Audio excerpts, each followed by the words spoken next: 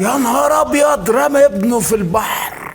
هيعمل حتة دي مقلب في مراته، هيطلع من دماغها. اقعد ومخمخ وشوف ايه اللي هيحصل. الراجل وصاحبة مراته عملوا فيها مقلب غير عادي وغير متوقع. جابوا حتة عروسة زي ما احنا شايفين كده على شكل الواد ابنهم، ولفوه في الفوطة زي ما احنا شايفين كده، واللفة بتاعت الطفل دي، وشايله ومثل عليها كمان اللي هو ايه جات له دوخة بحر وشكله هيقع بالواد. فعمالة بتقول له طب اقعد استريح، انت شايل الواد ليه؟ حطه على جنب، دي للست دي. برضو قال لها لا لا، ده انا ابني ومش هقدر اسيبه.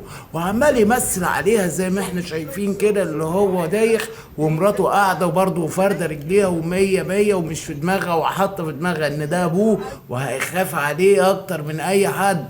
بس برضه قلب الام غير عادي وغير متوقع. قلب اي ام، مش الام دي بس، اي ام في الدنيا ما تستحملش على ابنها الهوى او بنتها او اي حد خالص. المهم خلينا نركز في الموضوع ده لان الموضوع ده غريب جدا. الست عماله بتقول له يا عم الحاج اقعد يا ابني، انت هتعمل ايه؟ بيقول لها ارجوك ما تعصبنيش، ده الواد يقع غصب عني في البحر. فهي عماله بتكلمه بالراحه وبشوش، يا ابني اقعد يا حبيبي، يا حبيبي اقعد يا ابني. برضه مش عاوز يقعد، وفضل على الحال ده زي ما احنا شايفين كده.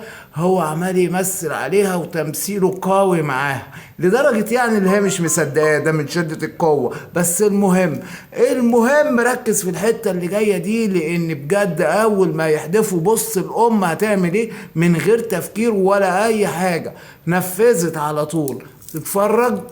ها، ولما جه يحدف الواد بص اوبا، الام ايه ما سابتوش، وراها على طول في نفس اللحظة بدون تفكير. ولما نزلت المية عرفت ان دي عروسة، قعدت بقى ايه تظبطه بقى زي ما احنا سامعين كده، عمالة بتظرفه كلام، اظرف اظرف اظرف، وقع اعصابها خالص على فكرة.